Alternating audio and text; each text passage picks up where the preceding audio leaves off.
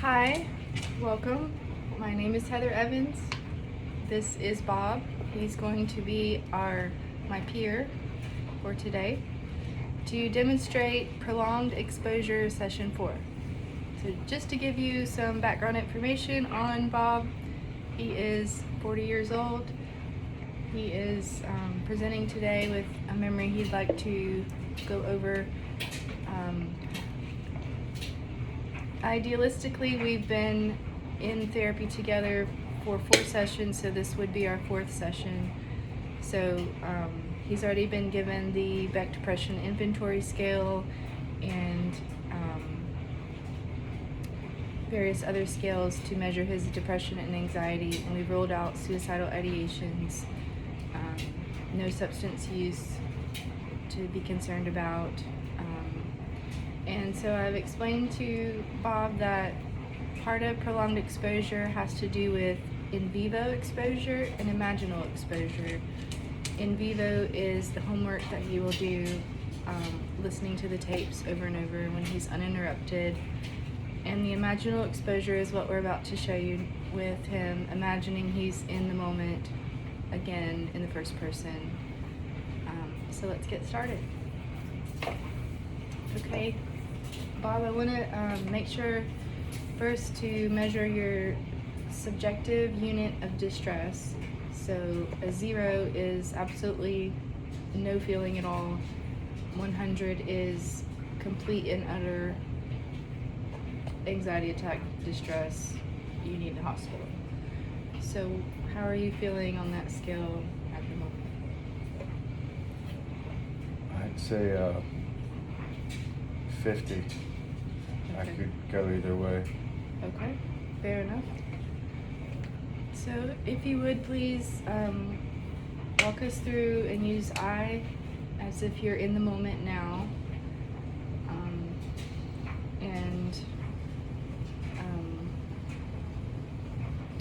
I'll bring you an object that will help if in times that become very distressful that you can use to comfort yourself as well. So, pardon me just a moment.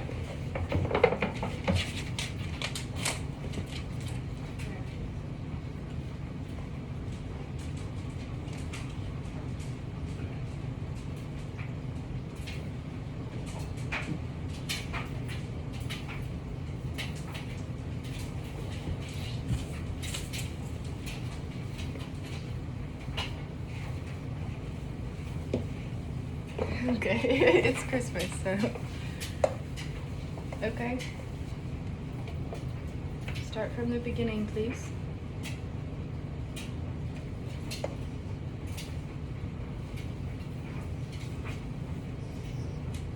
The beginning of the traumatic memory.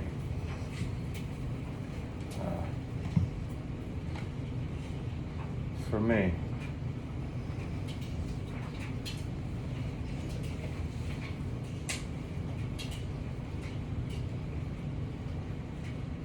so I'm standing on top of the building,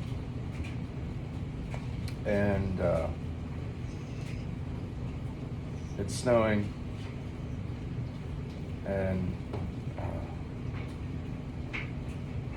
it's quite cold out, and I remember hearing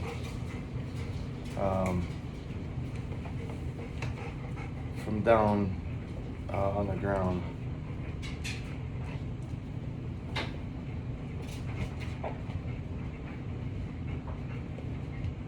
that it was an actual, and For those of us who may not know, what does that mean? an actual means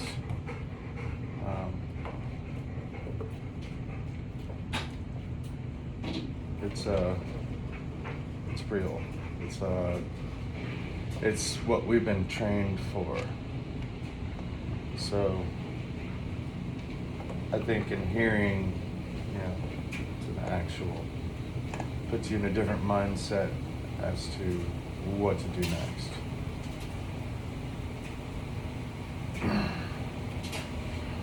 And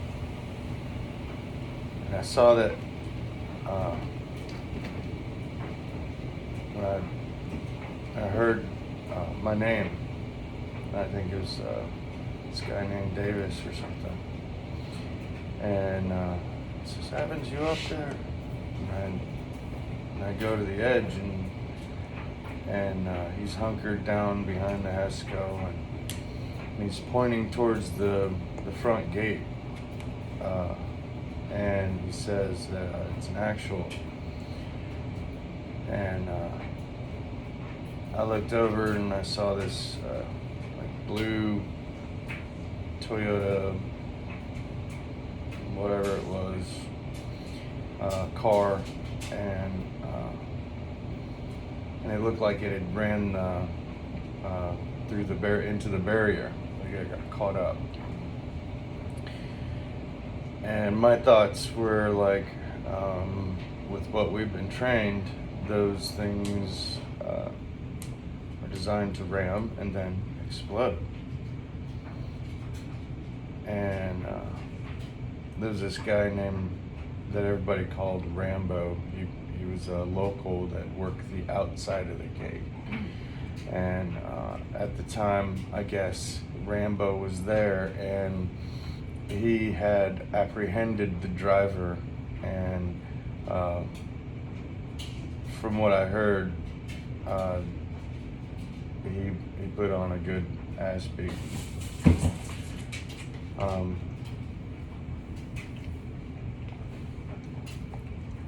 Anyway, so after I saw that he was pointing, I turned around and ran directly to my gear, grabbed my helmet, threw that on, and my IBA plates. So, you know, it's all it's a vest with the white gear attached to it. So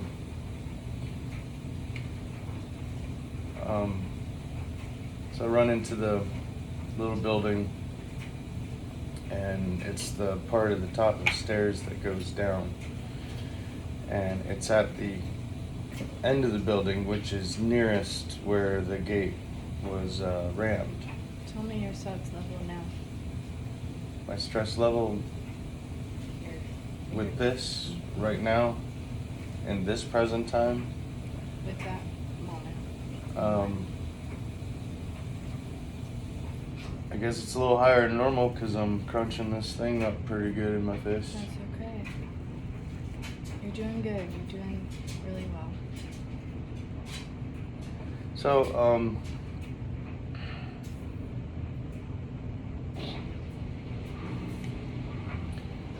it's really dark in the stairwell, and it's big. It's all cement walls, and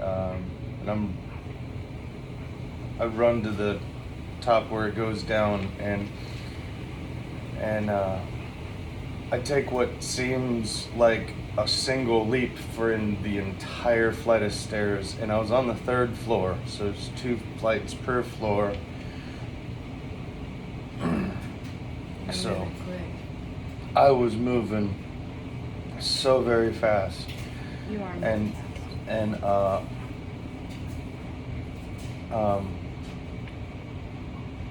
So I passed each window, and through each window, it was Use the present tense. as I'm passing each window, and there's no glass or actual window there. It's just an opening where the stairwell is, and it's all just block cement construction, you know, so it's all open to the environment and elements on that end for the stairwell. And I'm looking through, and as I'm running down the steps, I'm passing the window. And then I remember looking at it, and then going down again, and looking at it again, and seeing the car there, and just flying out the back door. So I'm running, and I'm just running the straightest, farthest, as fast as I can with everything I've got. And I don't see anybody around. It's like everybody got this fucking message but me, you know. And I'm running, and I see the bunker in front of me, and then the concussion hits me, and my whole body, and everything, and the sound, and the feeling, and everything's all at once, and I knew that it had gone off. Where were you at that point? Right before the bunker. And but it didn't make me fall over or anything like that. I was able to continue running until I got to the bunker. Then I went ahead and went inside it, not knowing if there was another explosion to follow. So, get safe, stay safe. How is your SUDS level now? My SUDS level? Subjective unit for distress?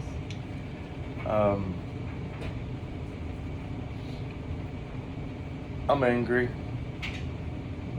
because I could have been told immediately, like the whole camp was. I could have been called because I had a cell phone on me that was given to me by my officer in charge directly, because the project I was handling was a $3 million project, and I had 18 or so locals working under me, couldn't speak English, and I had an interpreter, and there was nobody around, nobody there, nothing going on, and I'm wondering where everyone was, and I start moving some material around, and this guy says, "Evans, you up there? Is that you?" I'm like, "Yeah." I go over to the side, "Yeah, man." And he's like, there's an actual. He saved your life. Yeah. Because when I went back, this is my project, see?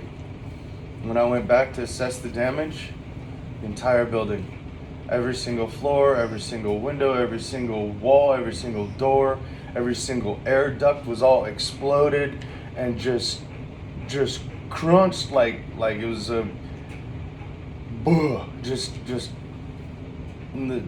I don't know how to describe the walls were just, at some point rubber made, and it just all crumble. It didn't fall down and crumble. It was all busted up. It was all busted up and busted out and blown out. What were your thoughts when you saw that? That I was certainly going to be dead if I had been on that building when it had gone off. And it was only between getting to the bunker and him saying it was an actual, I'm gathering it was probably about 30 seconds. Wow. I flew. Oh, wow. I flew. I'm so glad that... We've seen the training. We know what those kind of bombs can do. You see the automatic impact of a vehicle loaded down with a couple of 1,000 pounds of C4. Anything near and around it is just going to become a meat sauce. So I flew. My legs didn't know nothing but to just take me away from there fast as, and I didn't even think about it. I was just in get out of this zone. I'm so glad you made it to safety. There were 3 wheelbarrows full of car parts that I took off the roof. Oh my goodness. You had to do the debris cleanup? Yeah. How? Locals were sent home, so it was just me and a few others that helped me. And just for a couple of days, I just cleaned up parts and assessed damages, and it was, the whole thing was it was trash. the whole project. Well, I ended up turning it back over to my OIC, and then my eval, of course, after that was crap. I wonder why. Because I was given a project and I wasn't able to complete it. It wasn't your fault. It doesn't matter. When you're given a time to shine and the rug's pulled out from underneath you, you still fall. Do you think that you failed that mission?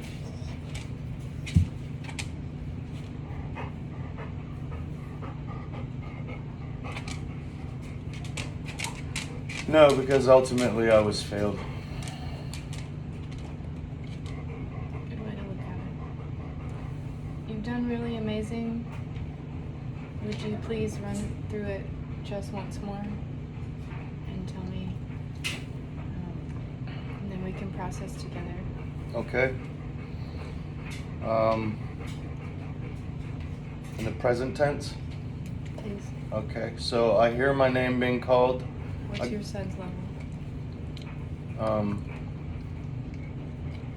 Since you're here and I'm talking to you and you sound nice, it's like 3, 4.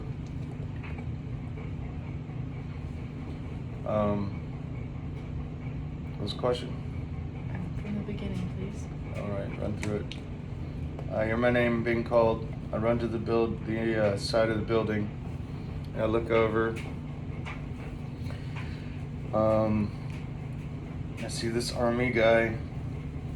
He's pointing at the blue car, but that's run the front gate, and it's all hooked up, like it's caught like a fish in a net kind of thing.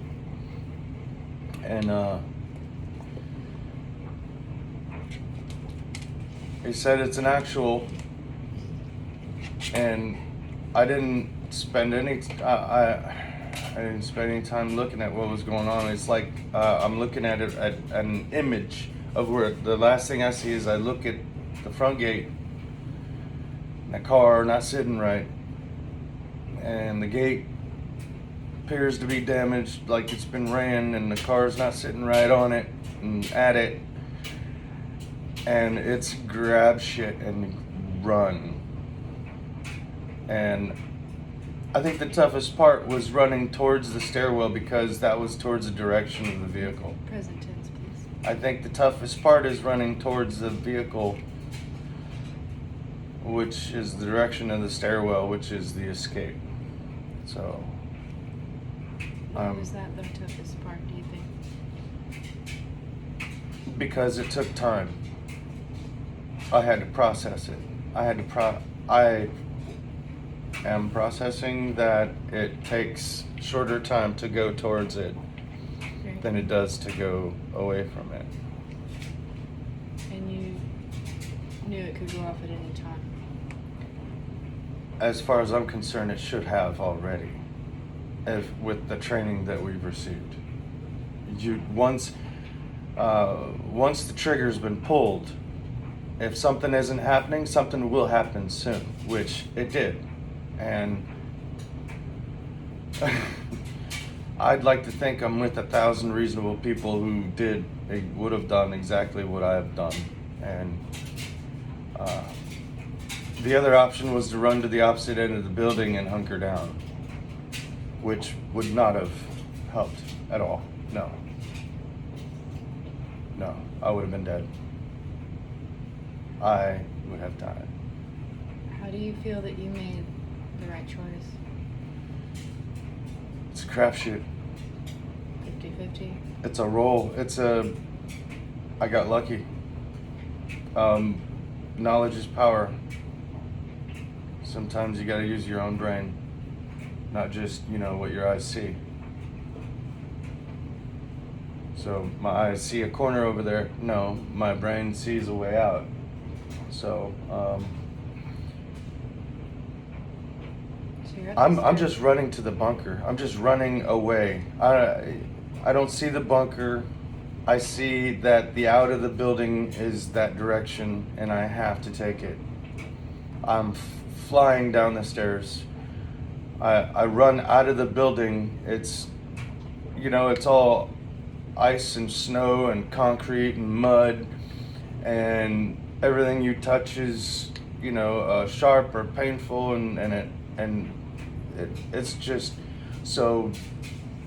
I'm running with smooth quickness and very calculated steps and precisely navigating my way out of that area with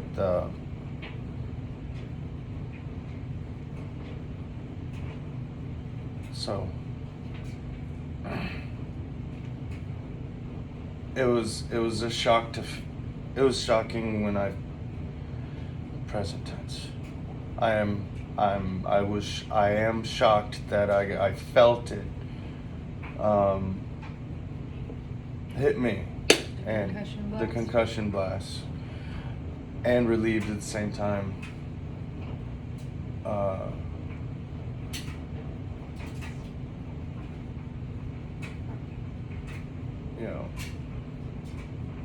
I missed a punch, so to speak. Is that it? Okay. How are you? What's your SEDS level now? I don't know.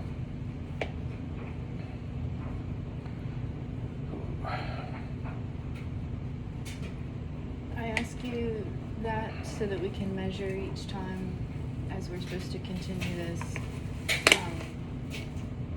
so that we can see if you're doing better or worse with it. I guess it's maybe 7 or 8. At this moment? Yeah, because just talking about it again and again. I mean, I don't want to have to say it a whole third time. I know I guess it's seeming like less and less, but I don't want to devalue it. Maybe, I don't know. Maybe I should, but I don't know. You did really well. Thank you so much for going through that even a second time. So let's do some processing until next time. So part of your memory that you explained, there's some key points that stick out to me in particular. You said that after that your evals weren't as favorable because, how did you word it? You had a mission, but they didn't consider you to have completed it, or it was a failed objective. But I liked what you said and how you said even if the rug's pulled out from under you, they failed, you didn't fail. Is that how you feel? Here are the facts. So we went to Iraq because we thought there were weapons of mass destruction. There weren't. We went to Iraq thinking there were weapons of mass destruction as a distraction to the 9/11 inside job. I don't know.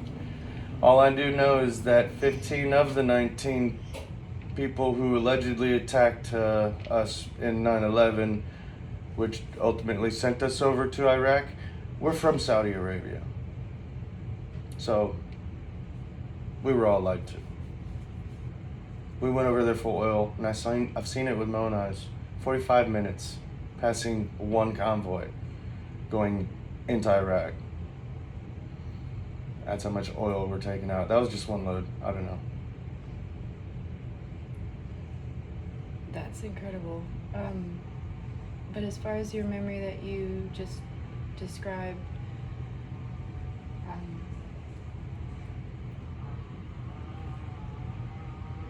when you think of it now,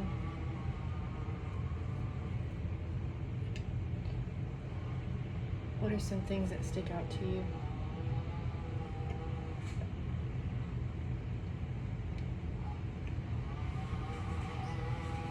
When I think of what?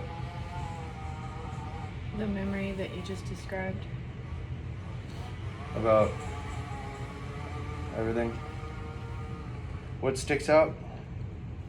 We're almost done. Thank you for your patience. What sticks out in the memory?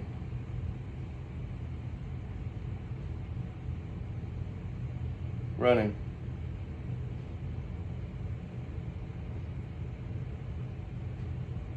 You ran so fast. But not faster than the mind. But I couldn't have gone fast enough. With as fast as I saw that I was going, I couldn't have. My mind was going faster. I'm glad your legs carried you to safety, though, fast enough to get away from that destruction. Yeah.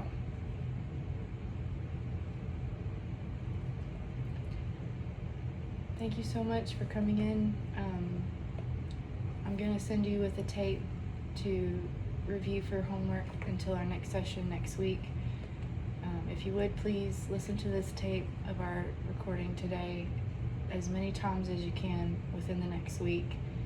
Try not to do it while you're driving or doing any other chore activity. Try to do it when you're just alone. And what that's going to do, that's in vivo exposure, like in your life, in your environment.